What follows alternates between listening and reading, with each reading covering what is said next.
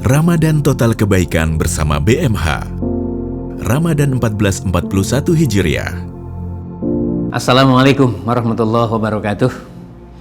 Alhamdulillahirrabbilalamin. Allahumma sholli wa sallim wa barik ala rasulillah wa ala alihi wa ashabi ajmain, amma ba'd.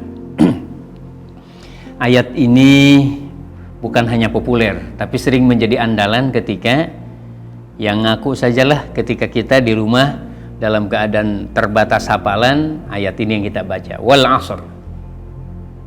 Innal insana lafi khusr. Illal ladzina amanu wa 'amilus shalihat wa tawashaw bil haqqi wa tawashaw bis sabr. Kita garis bawahi salah satu di antaranya tawashaw bil haqqi. Saling mengingatkan, saling menasihati. Nah, ini kan menarik.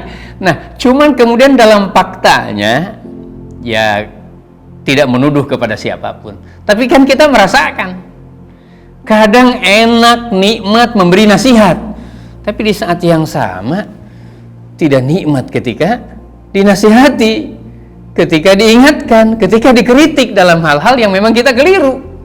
Nah, sebenarnya kalimat saling itu kita di saat yang sama siap untuk memberi nasihat, tapi di saat yang lain kita juga harus menyiapkan dirinya sebagai orang yang dinasihati. Jangan egois lah gitu kalau bahasanya. Maunya nasihati terus, mentang-mentang kita bapak, mentang-mentang ini bos, mentang-mentang ini ketua, mentang-mentang ini manajer, seolah-olah kemudian hak kita itu hanya mengarahkan. Seolah-olah kemudian suami itu pantasnya hanya menasihati. Betul. Tapi kemudian kan hak istri sekali waktu untuk mengingatkan, dan kita harus siap. Jadi kalau kita menjadi seorang yang bisa memperdengarkan nasihat, tentu itu kebaikan, itu jempol. Tapi ketika kita juga menyiapkan diri menjadi orang yang siap dinasihati, siap mendengar, tentu itu prestasi besar.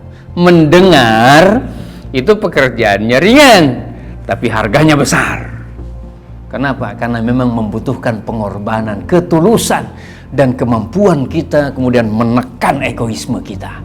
Tawashaw bil haqqi wa tawashaw bis sabr sebenarnya memberi isyarat kepada diri kita untuk kearifan dan kebijakan seorang pemimpin, seorang ayah, seorang guru, seorang manajer, atau siapapun yang kemudian dipercaya untuk memimpin sesuatu. Mendengar itu adalah bagian dari wilayah kemuliaan dan kecerdasan dalam memimpin. Wahai suami, kepada saya ini nunjuk, jangan hanya suka menasihati, harus suka juga dinasihati.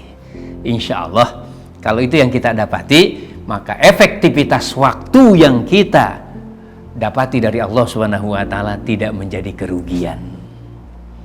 Jangan merasa bisa, merasa pintar, merasa hebat hanya karena kemudian kita paling pantas untuk menasihati. Padahal sesungguhnya di balik itu semua, kita ini lebih pantas untuk mendapatkan nasihat. Banyak keliru, banyak salah, banyak ketidaksengajaan dengan dosa, atau kita tidak tahu kalau itu dosa.